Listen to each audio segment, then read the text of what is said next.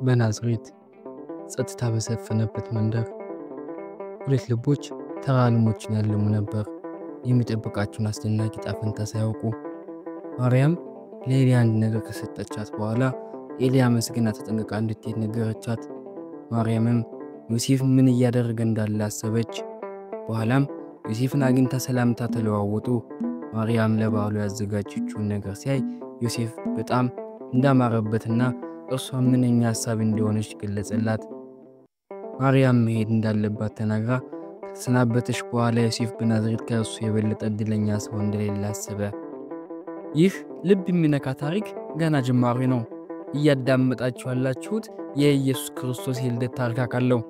አስተማሪና መንፈሳዊ ታሪኮች እንዳያመልጧችሁ ቻናላችንን ሰብስክራይብ ማድረግ እንዳትረሱ።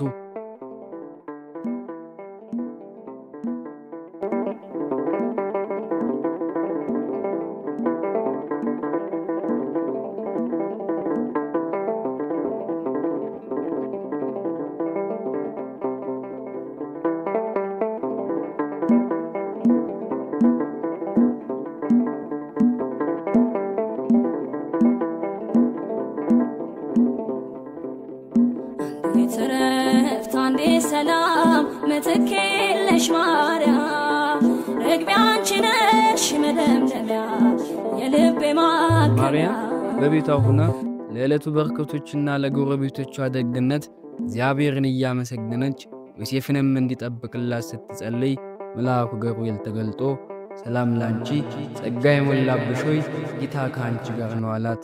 ማርያም ደንግጣ ማን እንደሆነ ስትጠይቅ መልአኩ ገብርኤል መሆኑንና እግዚአብሔር መልእክተኛ እንደሆነ እግዚአብሔር ዘንድ ሞገስ እንዳገኘች ነገራት። ማርያም ከእርሷ ምን እንደሚፈልግ ስትጠይቅ እንደምትጸንስና ወንድ ልጅ እንደምትወልድ ስሙንም ኢየሱስ እንድትለው እሱም ታላቅ እንደሚሆንና የልዑል ልጅ እንደሚባል በመንግስቱም ፍጻሜ እንደማይኖረው አበሰራት። ማርያም ገና ያላገባች በመሆኗ ይህ እንዴት ሊሆን እንደሚችል ስትጠይቅ መንፈስ ቅዱስ እርሷ ላይ እንደሚመጣና የልዑል ኃይልም እንደሚጋርዳት ስለዚህ የሚወለደው ቅዱስ የእግዚአብሔር ልጅ እንደሚባል ያክስቷ ልጅ ኤልሳቤጥም በእርጅናዋ ልጅ እንደምትጠብቅና ለእግዚአብሔር የሚሳነው ነገር እንደሌለ አስረዳት። ማርያምም እኔ የጌታ ባሪያ ነኝ፣ ስለኔ የተናገርከው ሁሉ ይሁንልኝ አለች። መልአኩም ሰላም ከአንቺ ጋር ይሁን ብሏት ሄደ። ማርያምም ኤልሳቤጥን ልትጎበኝ ወሰነች። በእምነትና በድፍረት የማርያም አስደናቂ ጉዞ ተጀመረ። ሕይወቷና ዓለምን ለዘላለም የሚቀይር መንገድ። ወደ ኤልሳቤጥ ቤት ስትጓዝ ኤልሳቤጥ በእርጅናዋ ልጅ እንደምትጠብቅ በማሰብ ለእግዚአብሔር የሚሳነው ነገር እንደሌለ አሰበች። በመንገድ ላይ አንድ የወደቀ የበግ ጠቦት ስታይ ረዳችውና መንገዷን ቀጠለች። የኤልሳቤጥ ቤት ስትደርስ ተጠራርተው ተገናኙ። ማርያም ልትጎበኛት እንደመጣች ስትነግራት ኤልሳቤጥ የሰላምታዋን ድምጽ በሰማች ጊዜ በማህፀኗ ያለው ሕፃን በደስታ እንደዘለለ ነገረቻት። ማርያምም ይህ ሁሉ እውነት መሆኑን ተረዳች።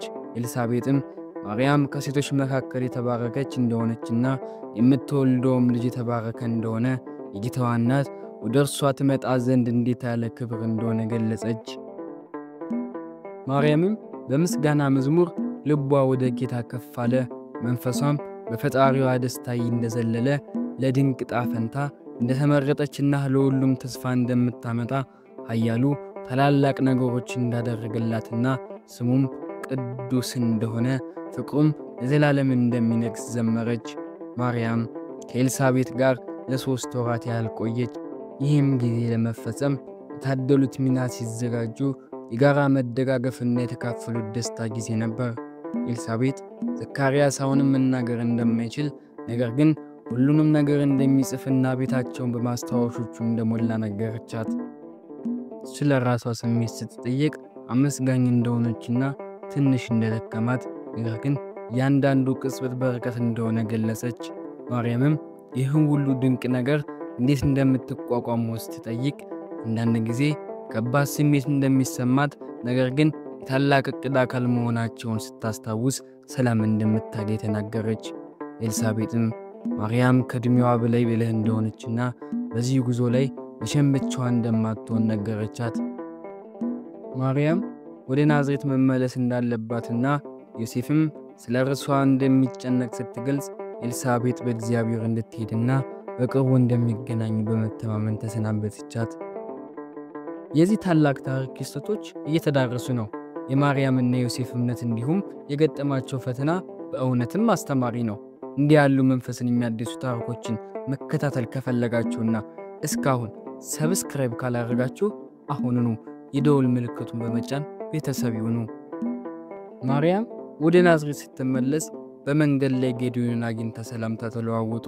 ከዚያም ሳራን አግኝታ ለረጅም ጊዜ በመጥፋቷ እንደናፈቀቻት ነገረቻት። ማርያምም እንደናፈቀቻትና ከእርሷ የበለጠ የናፈቃት ሰው እንዳለ እርሱም በጣም አዝኖ እንደነበር ነገረቻት። ሳራም ማን ሊሆን እንደሚችል ስትጠይቅ ማርያምም ሚስጥር እንደሆነ ገልጻ ሄዳ ራሷ ብታየው እንደሚሻል ተናገረች። ማርያም ዮሴፍ ልታገኘው ስትሄድ ዮሴፍ በናዝሬት ከእርሱ የበለጠ እድለኛ ሰው እንደሌለ ለራሱ እያሰበ ነበር። ማርያም ስትደርስ ዮሴፍ በደስታ ተቀበላት።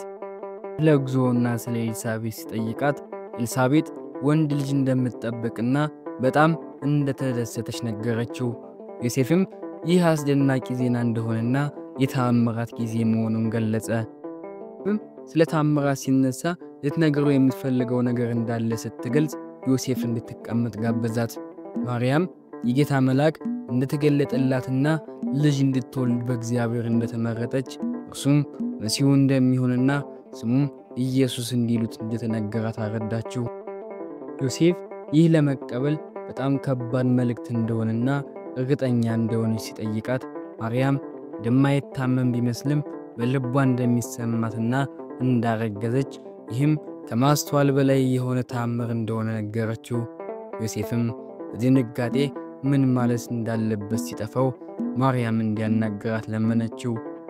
ዮሴፍም ይህን ለመቀበል በጣም ከባድ እንደሆነና ሊያምናት ቢፈልግም እንዳልገባው ገለጸ።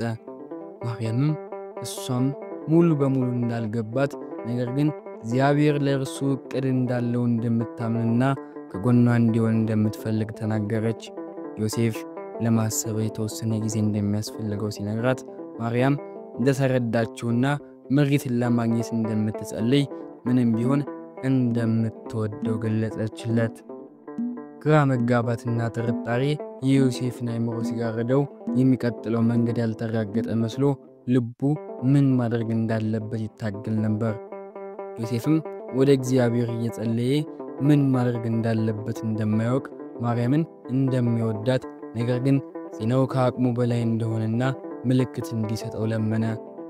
በዚያም ሌሊት የጌታ መልአክ ለዮሴፍ በሕልም ተገለጠለት፣ እንዲህም አለው፣ የዳዊት ልጅ ዮሴፍ ሆይ እጮኛህን ማርያምን ለመውሰድ አትፍራ። በእርሷ የተጸነሰው ከመንፈስ ቅዱስ ነውና ወንድ ልጅም ትወልዳለች፣ ስሙንም ኢየሱስ ትለዋለች። እርሱ ሕዝቡን ከኃጢአታቸው ያድናቸዋልና።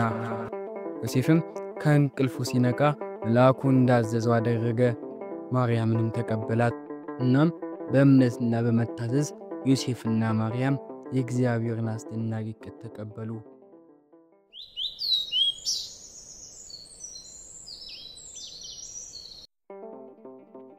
ዕውቀት በሌላቸው ቃላት ዕቅድን የሚያጨልም ይህ ማን ነው? እንደ ሰው ተዘጋጅ ጠይቀህም አለው፣ አንተም ትመልስልኛለህ። ከብዙ ዘመናት በፊት በዖፅ ምድር ኢዮብ የሚባል አንድ ሰው ይኖር ነበር። እርሱ ነቀፋ የሌለበት እግዚአብሔርን የሚፈራ ክፉንም የሚጠላ ነበር። ኢዮብ በታላቅ ሀብትና በትልቅ ቤተሰብ የተባረከ ነበር። 7 ወንዶች ልጆችና 3 ሴቶች ልጆች ነበሩት። 7000 በጎች፣ 3000 ግመሎች፣ 500 ጥማድ በሬዎችና 500 አህዮች ነበሩት።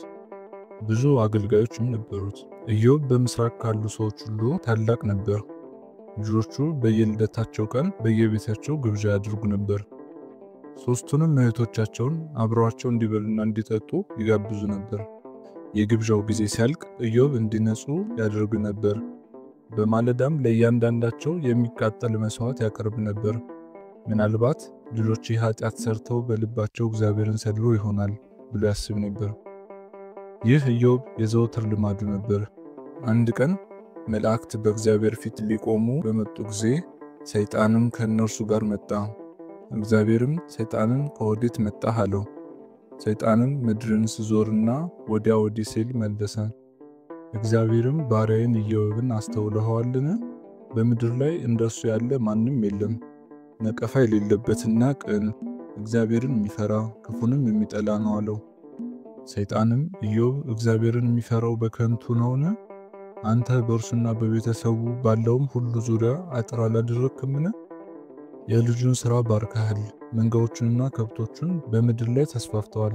ነገር ግን አሁን እጅህን ዘርግተህ ያለውን ሁሉ ንካ፣ በእርግጥም በፊትህ ይሰድብሃል ሲል መለሰ። እግዚአብሔርም ሰይጣንን እንግዲህ ያለው ሁሉ በእጅ ነው፣ ነገር ግን በእርሱ ላይ እጅህን አታንሳ አለው። አንድ ቀን ኢዮብ በቤቱ ሳለ አንድ መልእክተኛ መጥቶ በሬዎቹ እያረሱ አህዮቹም በአጠገባቸው ሲሰማሩ ሰብአውያን በድንገት መጥተው ወሰዷቸው፣ አገልጋዮቹንም በሰይፍ ገደሉ። እኔ ብቻ ለአንተ ልነግር አመለጥኩ አለው። እርሱም ገና ሲናገር ሌላ መልእክተኛ መጥቶ የእግዚአብሔር እሳት ከሰማይ ወርዳ በጎቹንና አገልጋዮቹን አቃጠለች። እኔ ብቻ ለአንተ ልነግር አመለጥኩ አለ። እሱም ገና ሲናገር ሌላ መልእክተኛ መጥቶ ከለዳውያን 3 ጭፍራ ሆነው መጥተው ግመሎችህን ዘርፈው ወሰዷቸው፣ አገልጋዮቹም በሰይፍ ገደሉ። እኔ ብቻ ለአንተ ልነግር አመለጥኩ አለው። እርሱም ገና ሲናገር ሌላ መልእክተኛ መጥቶ ወንዶችና ሴቶች ልጆች በታላቅ ወንድማቸው ቤት ግብዣ ላይ ሳሉ ድንገት ከበረሃ ታላቅ ንፋስ መጥቶ የቤቱን 4 ማዕዘናት መታው፣ በላያቸውም ወደቀ፣ ሞቱም። እኔ ብቻ ለአንተ ልነግር አምልጬ መጣው አለው።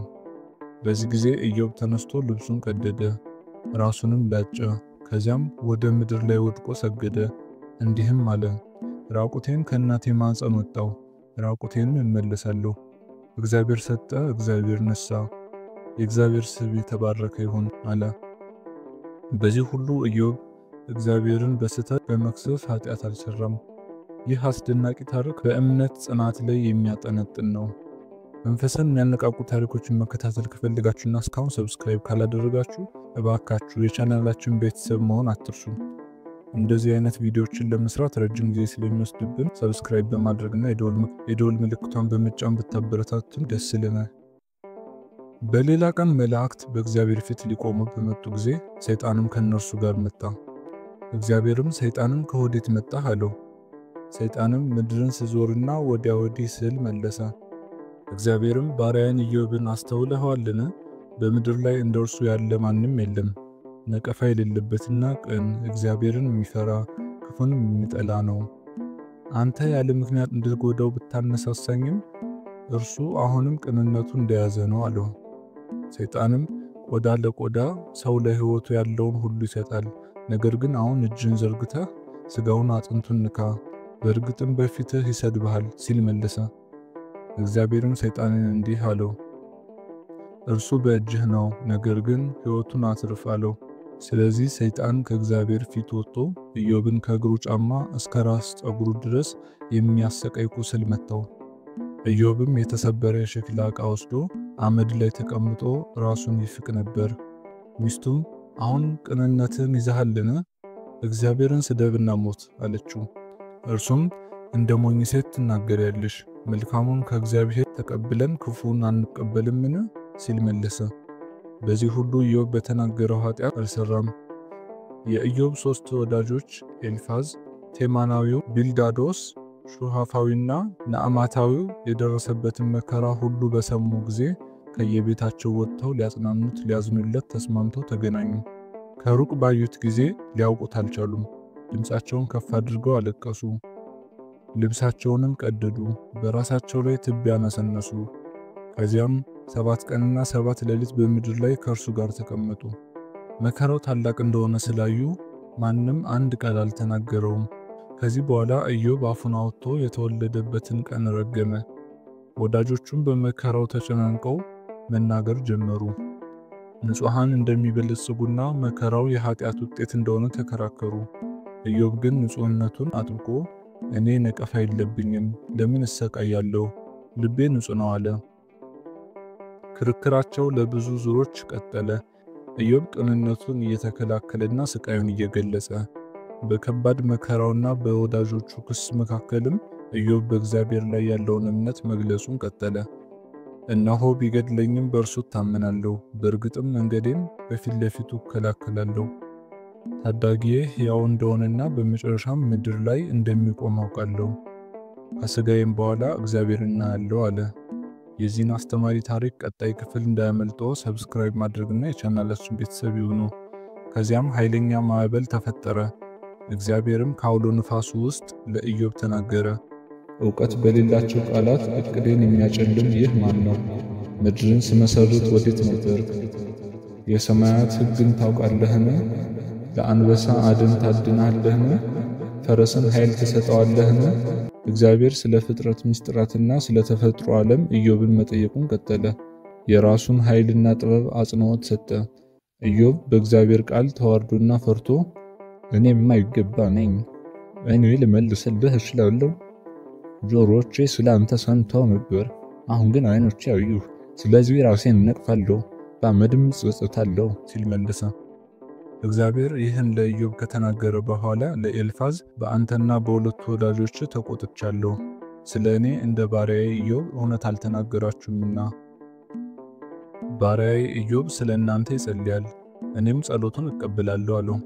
ኤልፋዝና ወዳጆቹም እግዚአብሔር እንዳዘዛቸው አደረጉ።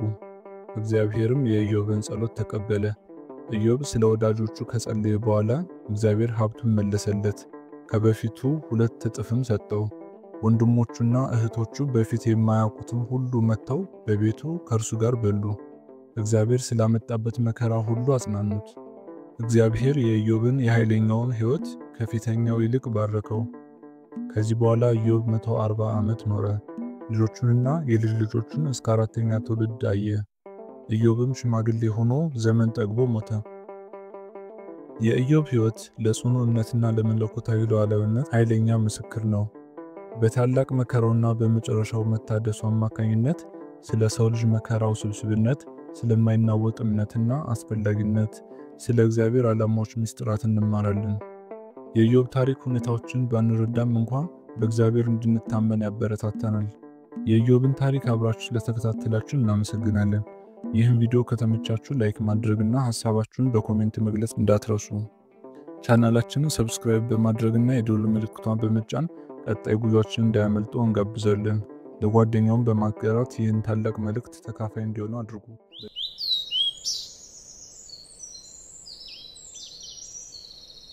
ከብዙ ዘመናት በፊት ጊዜ ስም ሳይኖረውና ሰዓቶችም እጅ ሳይኖራቸው ዓለም ባዶና ጸጥ ያለች ነበረች። ነገር ግን እግዚአብሔር በልቡ ድንቅ ዕቅድ ነበረው። እግዚአብሔርም ብርሃን ይሁን አለ። ድንገትም ጨለማ ወደ ብርሃን ተለወጠ። ፀሐይ፣ ባህር፣ መሬት፣ እንስሳትና ዛፎች ሁሉ በ6 ቀናት ውስጥ በእግዚአብሔር ተፈጠሩ። በመጨረሻም ቀን እግዚአብሔር ከአፈር ጣን ልዩ የሆነ ሰው አበጀው። ስሙም አዳም ነበር። እግዚአብሔር አዳምን በኤደን ገነት አስቀመጠው። ገነትም ገነት ነበረች። ነገር ግን ብቻውን መሆን አስደሳች አይደለም አይደል? ሰው ብቻውን ይሆን ዘንድ መልካም አይደለም። ስለዚህ ረዳት ፈጥሮለታል አለ እግዚአብሔር። ስለዚህም እግዚአብሔር አዳምን በከባድ እንቅልፍ አንቀላፍቶ ከጎኑ አንዲት ሴት ፈጠረ። ስሟም ሔዋን ነበረች። ይህች ከአጥንቴ አጥንት ከሥጋዬም ሥጋ ናት አለ አዳም። በዚህም መንገድ ሰው አባቱንና እናቱን ይተዋል፣ ከሚስቱም ጋር ይጣመራል፣ አንድ ሥጋም ይሆናሉ። አዳምና ሚስቱ ሁለቱም ራቁታቸውን ነበሩ፣ ነገር ግን አያፍሩም ነበር። እግዚአብሔር አንድ ሕግ ሰጣቸው። በኤደን ካለው ከማንኛውም ዛፍ መብላት ትችላላችሁ፣ ነገር ግን መልካምና ክፉን የሚያሳውቀው ዛፍ አትብሉ። ከእርሱ ብትበሉ በእርግጥ ትሞታላችሁ። ነገር ግን አንድ ቀን ተንኮለኛው እባብ ለሔዋን በሹክሹክታ እንዲህ አላት፣ እግዚአብሔር በእርግጥ ከእርሱ እንዳትበሉ ብሏልን? በጭራሽ አትሞቱ። ከእርሱ ብትበሉ እንደ እግዚአብሔር ትሆናላችሁ አላት። ሔዋንም እባቡን አመነችው፣ ፍሬውንም በላች፣ ለአዳምም ሰጠችው። ከዚያም ድንገት እንግዳ የሆነ ስሜት ተሰማቸው። ራቁታቸውን እንደሆኑ ተገነዘቡ። በእፍረትም ራሳቸውን ለመሸፈን ቅጠሎችን ሰፍተው እግዚአብሔር በገነት ሲመላለስ ሲሰሙ ተደበቁ። አዳም ሆይ ወዴት ነህ? እግዚአብሔር ሆይ ራቁቴን ስለሆንኩ ፈርቼ ተደበቅኩ አለ አዳም። ራቁት ግን እንደሆንክ ማን አሳወቀ? እግዚአብሔር የሰጠኝ ሴት ፍሬውን ሰጥታኝ በላው። ለምን ይህን አደረግሽ?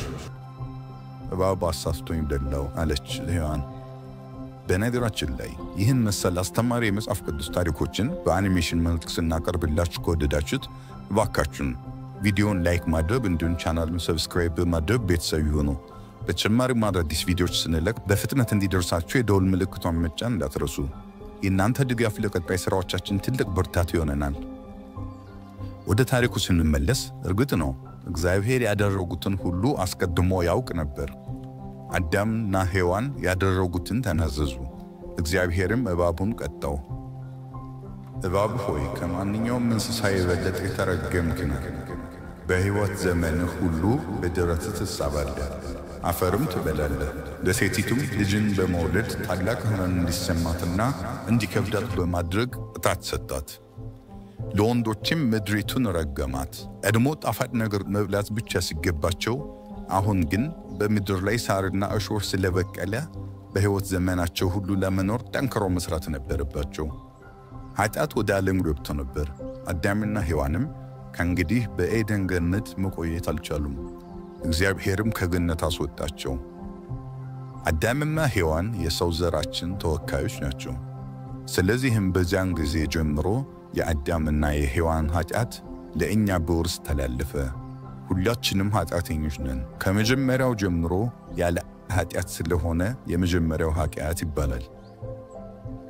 ሰው ከተወለደ ጀምሮ ኃጢአተኛ ነው። ነገር ግን እግዚአብሔር አሁንም ይወዳቸው ነበር።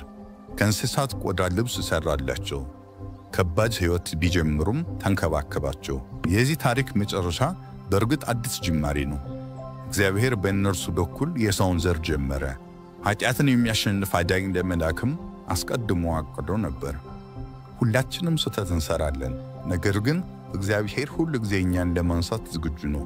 ካሁን ድረስ ቪዲዮውን ከተከታተላችሁ ላይክ ማድረግና እንዲሁም ቻናሉን ሰብስክራይብ በማድረግ የደወል ምልክቷን መጫን አይዘንጉ።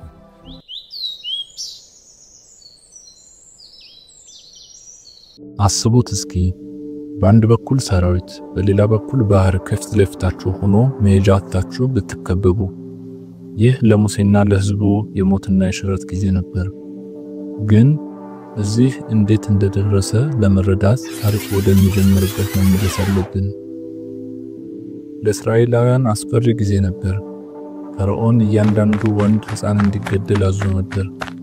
ነገር ግን አንዲት እናት ዮካቤድ ተስፋ በመቁረጥ ፈቃደኛ አልነበረችም። ሕፃን ልጇን በቅርጫት ውስጥ አስቀመጠች። እናም ተአምርን እየተማጸነች በአባይ ወንዝ ዳር አንሳፈፈችው። የፈርዖን ልጅ ቅርጫቱን አገኘችና በርህራሄ ተነካች። እንዴት የሚያምር ሕፃን ነው! እንደ ራሷ ልጅ ልታሳድገው ወሰነች። አሁን የኔ ነህ፣ ስምህንም ሙሴ እልሃለሁ አለችው። እናም ሙሴ እንደ ዕብራዊው ልጅ እንደ ግብፅ ልዑል ሆኖ አደገ። ከዓመታት በኋላ ሙሴ እውነተኛ ማንነቱን አወቀ።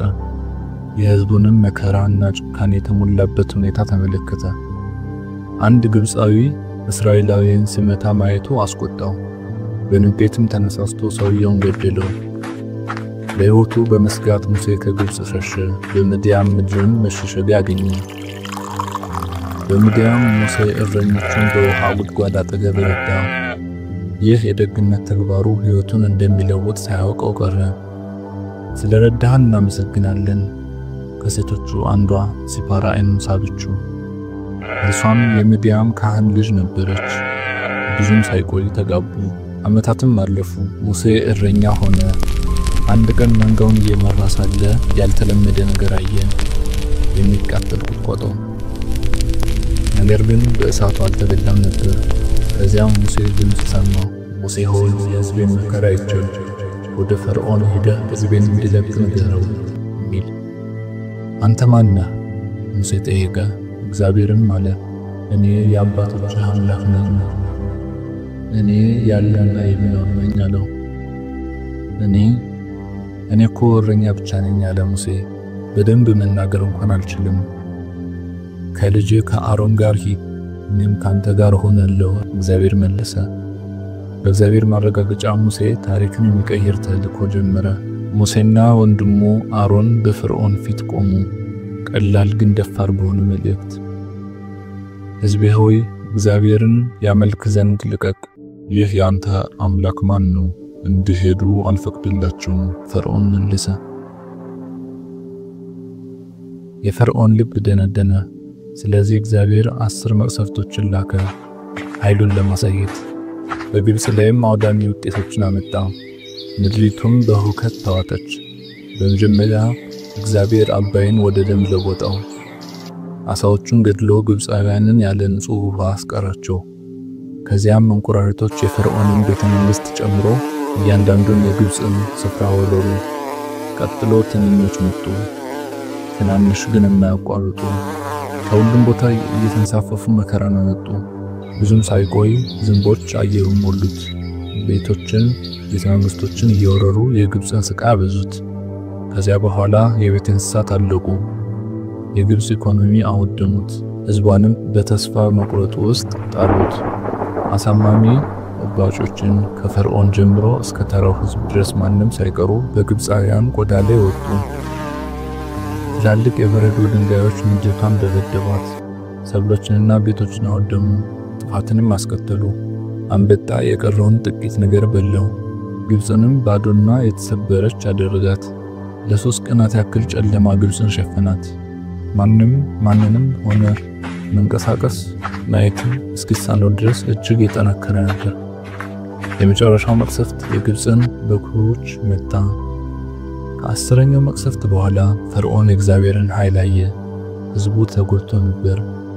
እናም ሳይወድ በግድ እስራኤላውያን ግብጽን ለቀው እንዲወጡ አዘዘ። እስራኤላውያን ያላቸውን ሁሉ እየሰበሰቡ በፍጥነት ተንቀሳቀሱ። ከብዙ ትውልድ በፊት የተገነባውን ቃል በመፈጸም የዮሴፍን አጽም ይዘው ሄዱ። ነገር ግን እስራኤላውያን ሲወጡ የፈርዖን ልብ እንደገና ደነደነ። በትዕቢትና በቁጣ ተነሳስቶ ወታደሮችን እንዲያሳድዷቸው አዘዘ። መልሶ ለመምጣትና ኃይሉን እንደገና ለማረጋገጥ ቆርጦ ነበር። የፈርዖን ሰራዊት ያለማቋረጥ አሳደዳቸው። ሰረገሎቻቸውን በረሃውን አቋርጦ ሄደው ነበር። እስራኤላውያን ቀይ ባህር ከፊታቸው ሆኖ የፈርዖን ሰራዊት እየቀረበባቸው ነበር። ነገር ግን የግብጽ ጦር ሲቃረብ ሙሴ በትሩን ከፍ አደረገ። በታላቅ ኃይልም የቀይ ባህርን ውሃ ለሁለት ተከፈለ። እስራኤላውያን በቀይ ባህር ውስጥ በተከፈለው መንገድ በፍጥነት አለፉ። ልባቸው በፍጥነት ሲመታ የውሃው ግንቦች በሁለቱም በኩል በአስፈሪ ሁኔታ ተነጥለው ነበር። እስራኤላውያን በሰላም ከተሻገሩ በኋላ የሙሴ የቀይ ባህር ውሃ ተመልሶ ሲጋጠም ተመለከተ። የግብጽንም ጦር ዋጠው። በዚያች ቅጽበት እግዚአብሔር ኃይል ለሁሉም ግልጽ ሆነ። እስራኤላውያንም ጠላቶቻቸውን ሲሸነፉ አዩ። በመጨረሻም ነፃ ወጡ። የፈርዖን ጦር ድል ከተመታና መንገዳቸው ከተከፈተ በኋላ ሙሴ እስራኤላውያንን ወደ ምድረ በዳ ወደ ተስፋይቱ ምድር መራቸው። በዚያም ከመካከላቸው ድምጽ ሰማ። እርሷም ነብይቱ የሙሴ እህት ማርያም ነበረች። ሴቶቹም በዝማሬና በጭፈራ እየመራች በእግሮቻቸው ከበሮ በልባቸው እምነት ይዘው ነፃ ያወጣቸውን እግዚአብሔርን ታላቅነት አወጁ። ለእግዚአብሔር ዘምራለሁ፣ በክብር ከፍ ከፍ ብሏልና፣ ፈረሱንም ፈረሰኛውንም በባህር ጥሏልና። እግዚአብሔር ኃይልና ዝማሬ ነው። እናም ፍቅሩና ክብሩ ሁሉ ለእግዚአብሔር እዘምራለሁ። በክብር ከፍ ከፍ ብሏልና። እግዚአብሔር ኃይልና ዝማሬ ነው፣ እግዚአብሔር ኃይልና ዝማሬ ነው እያሉ ዘመሩ።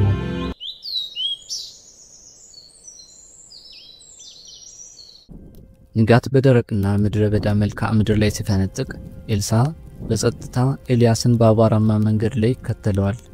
የኤልሳ አይኖች በአስተማሪው ላይ በጥልቅ አክብሮት ተተክለው ነበር። ኤልያስ ቆመ።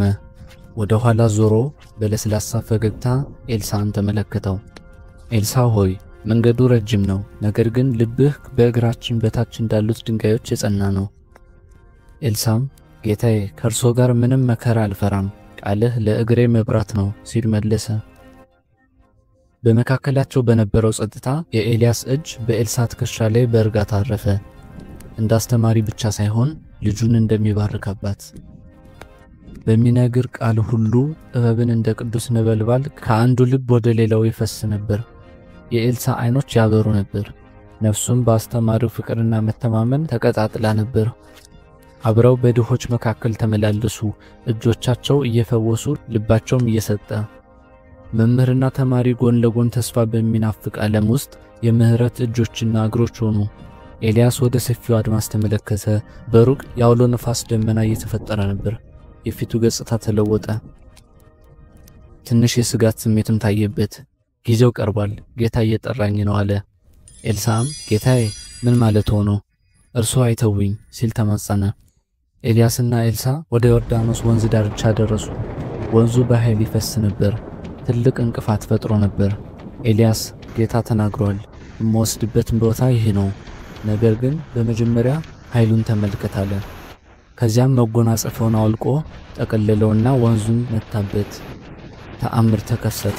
የዮርዳኖስ ውሃ ተከፈለ። በተከፈለው ወንዝ መካከልም የብስ መሬት ተፈጠረ። ኤልሳዕ በአግራሞት ተመለከተ። ዓይኖቹ በመደነቅ ፈጠው ነበር። ኤልያስ ልጄ ሆይ ከኔ ጋር ና አለው። ኤልያስና ኤልሳዕ በተአምራዊ መንገድ አብረው ተሻገሩ። ወደ ማዶ ሲደርሱ ከሰማይ ታላቅ ድምፅ ነጎደ። በእግራቸው በታች ምድር ተንቀጠቀጠች። ከዚያም ከደመና ብርሃን ተነጠቀ። የእሳት ሰረገላ እንዳውሎ ነፋስ እየወረደ ኤልያስን በሚያንጸባርቅ ብርሃን ከበበው። ሰማዩ በኃይል ሲናወጥ ኤልያስ በጸጥታ ቆሞ ይጠባበቅ ነበር።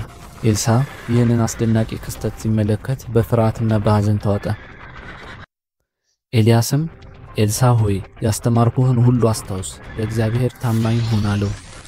ኤልያስ በእሳታማው ሰረገላ ላይ ወደ ላይ ተወሰደ፣ በአውሎ ነፋስም ውስጥ ተሰወረ። ኤልሳዕ መምህሩ ከዓይኑ ሲሰወር ተመለከተ። ውድ ተመልካቾቻችን ይህን መሰሉ አስተማሪና ልብ አንጠልጣይ ታሪኮችን አዘውትረን ስለምናቀርብ ቻናላችን ሰብስክራይብ ማድረግ እንዲሁም የደወል ምልክቷን መጫን አይዘንጉ። ቪዲዮዎችን ስንለቅ በፍጥነት ይደርሳችኋል። ኤልሳዕ ኤልያስ በተለየበት የወንዝ ዳርቻ በዝምታ ቆሞ ነበር። የኤልያስ መጎናጸፊያ ከሰማይ ወድቆ በእግሩ አጠገብ አረፈ። ጌታዬ! ኤልሳዕ ተንበርክኮ መጎናጸፊያውን አነሳና ወደ ደረቱ አጥብቆ ያዘው። ከእርሱ የሚፈስ ምስጢራዊ የኃይል ስሜት ተሰማው። የኤልያስን መጎናጸፊያ በእጁ ይዞ ኤልሳዕ ወደ ተሻገሩበት የወንዝ ዳርቻ ተመለሰ። እንደገና በኃይል በሚፈሰውና በማይበገር ወንዝ ፊት ቆመ። ነገር ግን ኤልሳዕ ልቡ ጸንቶ ዓይኖቹም እየተንቦገቦጉ ቀጥ ብሎ ቆመ። የኤልያስ አምላክ አሁን የት አለ? ውሃው ይከፈል። ኤልሳዕ በመጎናጸፊያው ወንዙን መታ። እንደገና ዮርዳኖስ በውሃ ተከፍሎ የብስ መሬት ተፈጠረ። ኤልሳዕ በኃይልና በልበ ሙሉነት ተሻገረ። በሩቅ የነበሩ የነቢያት ቡድን ተአምሩን ተመለከቱ። የኤልያስ ኃይል ወደ ኤልሳዕ እንደተላለፈ ሲገነዘቡ በአግራሞት ተነፈሱ። በፍርሃትና በአክብሮት ራሳቸውን ዘንበል አድርገው እርስ በርሳቸው ተንሾካሾኩ። ኤልሳዕ መጎናጸፊያውን በትከሻው ላይ ደርቦ ወደ ወንዙ ዳርቻ ወጣ። ዓይኖቹ ጽኑ ነበሩ። ወደ ሩቅ አድማስ እያየ ለአዳዲስ ፈተናዎችና ተልእኮች ዝግጁ ነበር። እንዲሁ ኤልሳዕ እውነተኛ ኃይል ያለው መጎናጸፊያው ላይ ሳይሆን በለበሰው ሰው እምነት ውስጥ እንደሆነ ተረዳ። ጥንካሬ የሚገኘው መንገዱ ባይታይም እንኳ በታማኝነት በመጓዝ ነው። ለማመን የደፈሩትን ኃይል የሚሰጥ ያው አምላክ ነውና።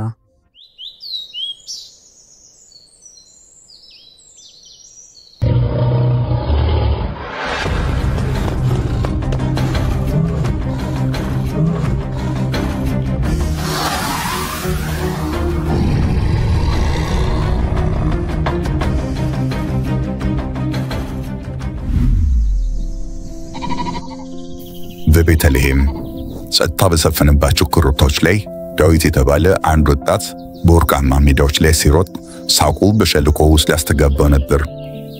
ለእርሱ ባይታወቅም መለኮታዊ ጥሪ ይጠብቀው ነበር። ነቢዩ ሳሙኤል በእግዚአብሔር እየተመራ መጣ።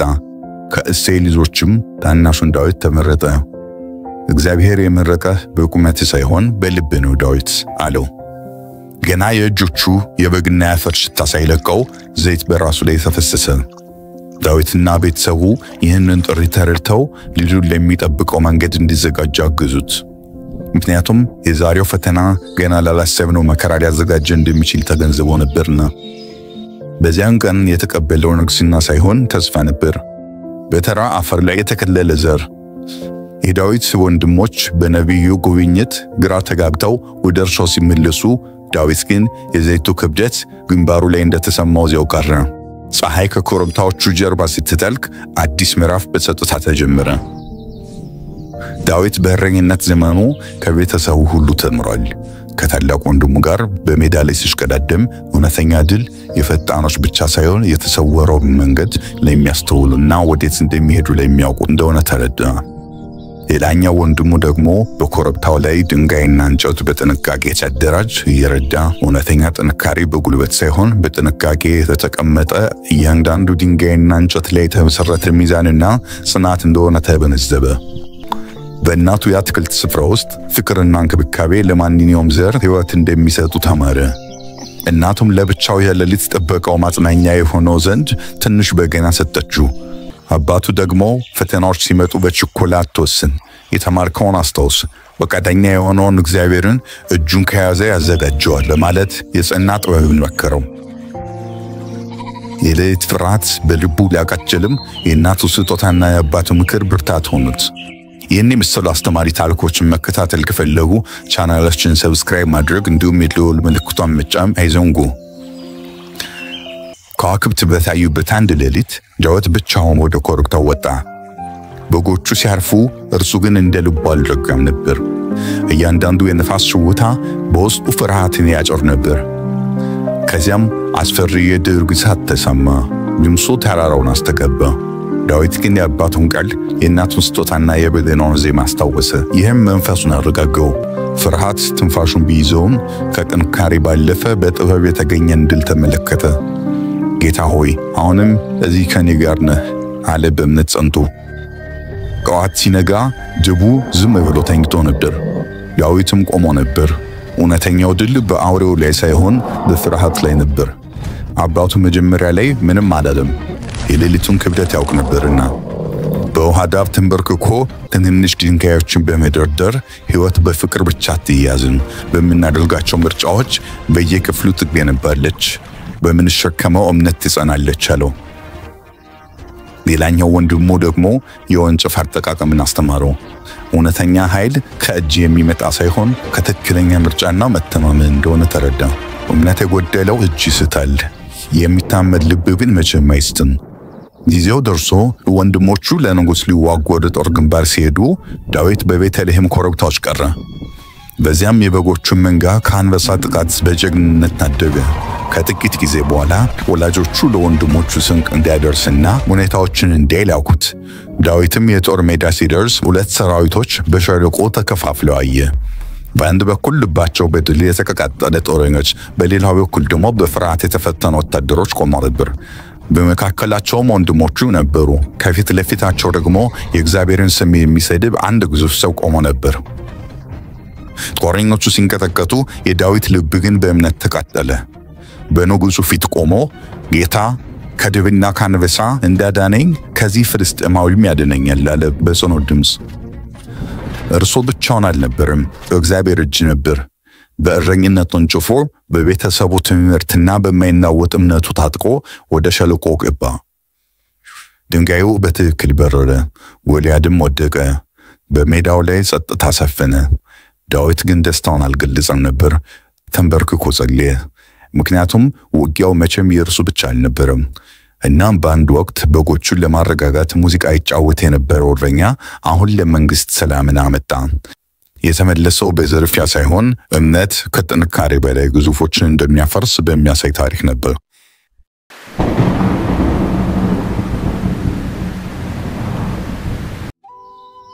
የቀናተኛ ልብ አሳዛኝ ፍጻሜና የመጀመሪያው ወንድማማቾች ግድያ ቃየልና አቤል። በመጽሐፍ ቅዱስ የመጀመሪያው መጽሐፍ ውስጥ በሰው ልጅ ታሪክ መጀመሪያ ላይ ስለተከሰተ አንድ ልብ የሚነካና አስተማሪ ታሪክ እናገኛለን። ይህ ታሪክ ስለ ሁለት ወንድማማቾች ነው፣ ቃየልና አቤል። ለእርሱም የመጀመሪያዎቹ ሰዎች የአዳምና ሔዋን ልጆች ነበሩ። በኤደን ገነት ከተፈጠረው ክስተት በኋላ አዳምና ሔዋን ከገነት ተባረው ልጆችን መውለድ ጀመሩ። ከነዚህም መካከል ቃየን የበኩር ልጅ ሲሆን አቤል ደግሞ ታናሽ ወንድሙ ነበር። ቃየን ታላቅ ወንድሙ እንደመሆኑ መጠን መሬትን በማረስና ሰብል በማምረት የሚተዳደር ገበሬ ነበር። እጆቹ በመሬቱ ላይ ጠንክረው ይሰሩ፣ ላቡም ፍሬ እንዲያፈራ ያደርግ ነበር። በሌላ በኩል ታናሽ ወንድሙ አቤል እጅግ የዋህና ሩህ ልብ ያለው በጎችን በመጠበቅና በመንከባከብ የሚታወቅ እረኛ ነበር። በየቀኑ በጎችን ወደ ለምለም መስክ እየመራ ከጠላት እየጠበቀ ጊዜውን ያሳልፍ ነበር። ሁለቱም ወንድማማቾች በየራሳቸው የሥራ መስክ የተሰማሩ ቢሆንም በልባቸው ውስጥ የተለያየ መንፈስ ያድግ ነበር።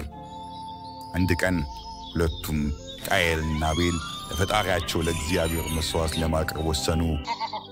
ይህ ምስጋናቸውንና ታማኝነታቸውን የሚገልጹበት መንገድ ነበር። አቤል ከበጎቹ መካከል እጅግ የሰባውንና ምርጥ የሆነውን የበኩር ጠቦት መርጦ ለእግዚአብሔር አቀረበ። ይህ መስዋዕቱ ከልብ የመነጨ እውነተኛ አክብሮትና ፍቅር የተሞላበት ነበር። እግዚአብሔርም የአቤልን መስዋዕት በደስታ ተቀበለው። ምክንያቱም የአቤልን ልብ ንጽሕናና የመስዋዕቱን ቅንነት ተመልክቷልና። ቃየል በበኩሉ ካመረተው የሰብል ፍሬ የተወሰነውን ለእግዚአብሔር አቀረበ። ነገር ግን ቃየል ያቀረበው መስዋዕት እንደ አቤል ከልብ የመነጨና ምርጡን የመስጠት ፍላጎት የታየበት አልነበረም። ምናልባትም ግዴታን ለመወጣት ያህል ወይም በቸልተኝነት ያቀረበው ሊሆን ይችላል። በዚህም የተነሳ እግዚአብሔር የቃየልን መስዋዕት እንደ አቤል መስዋዕት በደስታ አልተቀበለውም። ፊቱን ወደ ቃየል መስዋዕት አላዞረም። ይህ ሁኔታ ቃየልን እጅግ አስቆጣው። ፊቱም ጠቆረ። በልቡም በታናሽ ወንድሙ በአቤል ላይ ታላቅ ቅናትና ምቀኝነት ተሰማው። እግዚአብሔር የወንድሙን መስዋዕት መቀበሉና የእርሱን አለመቀበሉ ቃየልን ክፉኛ አሳዘነው። ይህ ሐዘኑም ወደ መሪር ጥላቻ ተለወጠ። እግዚአብሔር የቃየልን ልብ ሁኔታና የፊቱን መጠቆር አይቶ ሊናገረውና ሊመክረው ወሰነ። ቃየል ሆይ ለምን ትቆጣለህ? ለምንስ ፊትህ ጠቆረ? አለው። መልካም ብታደርግ ፊትህ የሚበራ ተቀባይነትም የምታገኝ አልነበረምን? መልካም ባታደርግ ግን ኃጢአት በደጅ ታደባለች፣ ምኞቷም ወደ አንተ ነው። አንተ ግን በእርሷ ላይ ንገሥባት፣ ተቆጣጠራት በማለት አስጠነቀቀው። እግዚአብሔር ለቃየል ትክክለኛውን መንገድና ከክፉ ሐሳቡ የሚመለስበትን ዕድል እየሰጠው ነበር።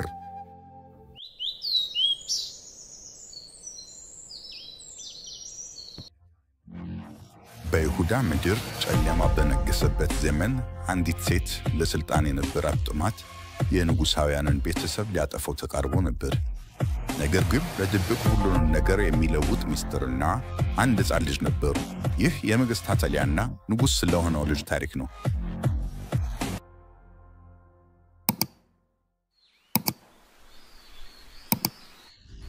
ከብዙ ዘመን በፊት ለስልጣን ማንኛውም ነገር የምታደርግ ክፉ ንግሥት ነበረች።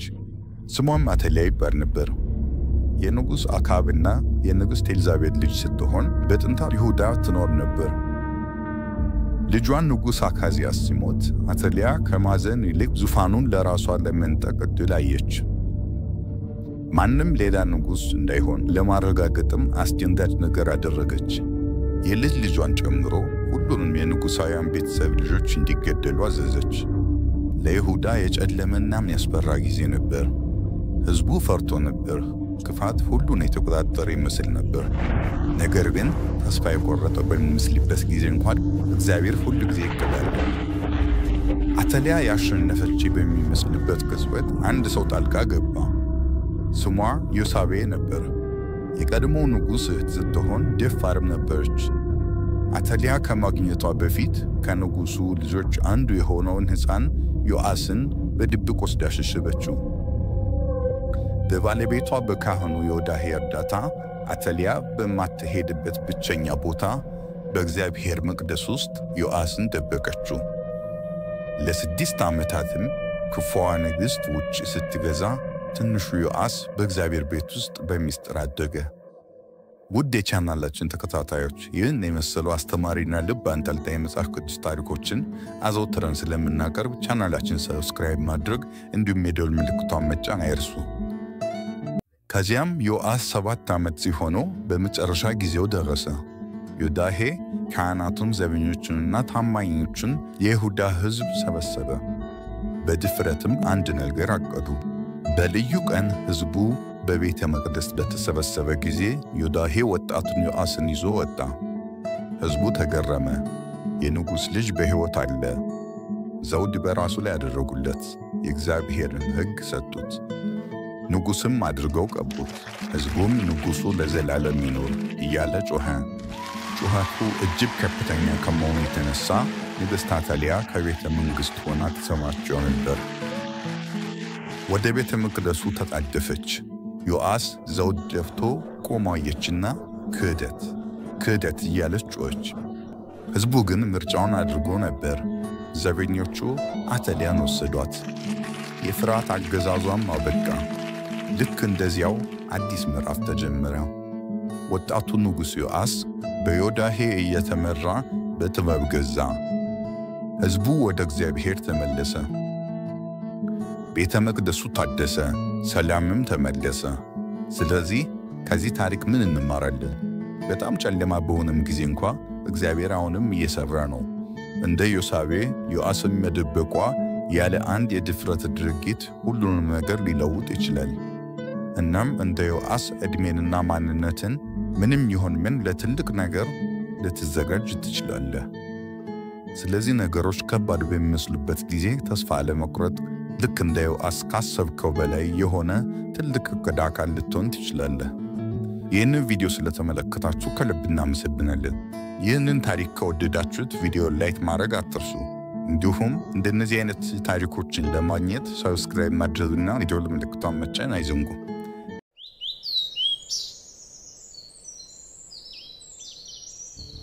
ከብዙ ዘመናት በፊት የእስራኤል ሕዝብ በከነዓን ንጉሥ በኢያቢስ ጨካኝ አገዛዝ ስር ለ20 ዓመታት ያክል መሪር መከራና ጭቆና ሲቀበሉ ነበር።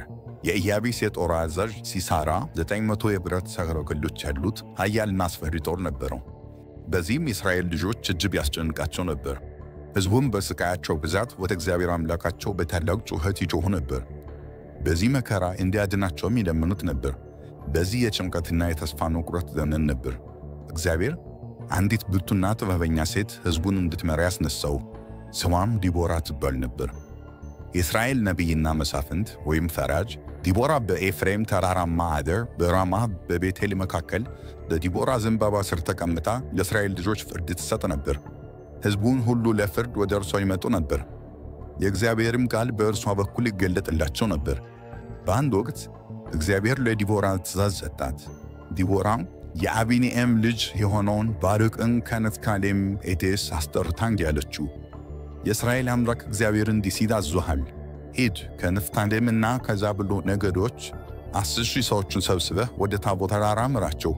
እኔም የኢያቢስን የጦር አዛዥ ሲሳራን ከነሰረገሎቹና ከነሰራዊቱ ወደ ቂሶን ወንዝ ሰበስብልሃለሁ፣ በእጅህም አሳልፌ እሰጥሃለሁ።